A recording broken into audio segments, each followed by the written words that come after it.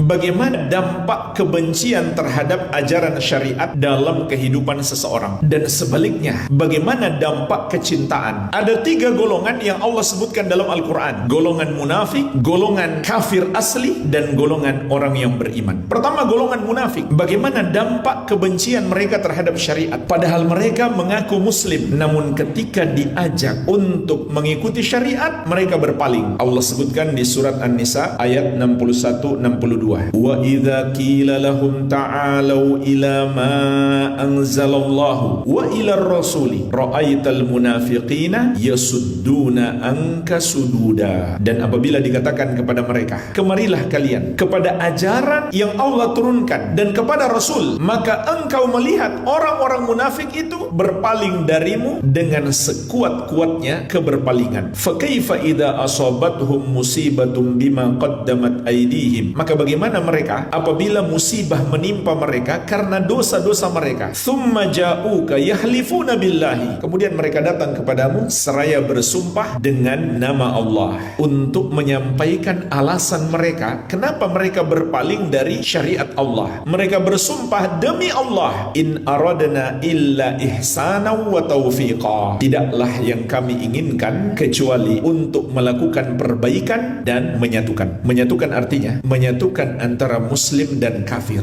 Inilah jemaah sekalian sifat orang munafik sejak dahulu. Mereka menolak hukum-hukum syariat. Kenapa? Orang kafir gak suka. Demi bersatu dengan orang kafir, mereka tinggalkan hukum syariat, mereka tinggalkan kaum mukminin. Mereka lebih senang bersikap loyal dan mencintai orang-orang kafir. Dan mereka anggap itu adalah sebuah perbaikan. Bahkan mereka bersumpah demi Allah, in aradna illa ihsana wa taufiqa, tidaklah yang kami inginkan kecuali untuk melakukan perbaikan dan menyatukan. Ini bahasa-bahasa orang munafik sejak dulu. Dia melakukan satu dosa, satu hal yang bertentangan dengan syariat, tapi bahasanya sangat indah supaya bangsa tidak terpecah, supaya kita bisa menjaga warisan leluhur. Sebagaimana juga Allah sebutkan di surat Al-Baqarah ayat ke-11, wa idza qila lahum la tufsidu fil ardi qalu innama nahnu muslihun. Dan apabila dikatakan kepada mereka, orang-orang munafik itu, janganlah kalian berbuat kerusakan di muka bumi, maka mereka menjawab, kami hanyalah melakukan perbaikan. Apa yang dimaksud berbuat kerusakan di muka bumi jamaah sekalian? Maknanya adalah mereka meninggalkan syariat Allah dan mereka lebih memilih hukum-hukum yang mereka buat-buat sendiri, yang tidak membuat marah orang-orang kafir. Itu adalah orang yang berbuat kerusakan di muka bumi, tapi mereka mengatakan kami melakukan perbaikan. Ini bahasa orang munafik, karena sebenarnya mereka membenci syariat sama dengan orang-orang kafir itu. Tapi mereka tidak terang-terangan. Mereka beralasan kami mau melakukan perbaikan, kami mau menyatukan, kami mau menjaga keutuhan bangsa, kami tidak mau memecah belah bangsa ini. Ini yang pertama, Allah sebutkan dalam Al-Quran bagaimana pengaruh kebencian terhadap amalan seseorang. Ini pada orang munafik. Yang kedua, pada orang-orang kafir. Mereka pun menolak syariat, menolak ajaran Allah dan Rasulnya dengan berdalih bahwa mereka mengikuti ajaran nenek moyang. Ini Allah sebutkan dalam banyak ayat, di antaranya di surat Al-Baqarah ayat 170. Wa idza qila lahum ittabi'u ma anzalallah qalu bal nattabi'u ma alfaina alaihi aba'ana. Dan apabila dikatakan kepada mereka, ikutilah ajaran yang Allah turunkan, mereka menjawab, bahkan kami hanya mengikuti apa yang diwariskan oleh orang tua kami, ajaran nenek moyang kami. Maka Allah tanpa basa-basi membantah mereka, awalau kana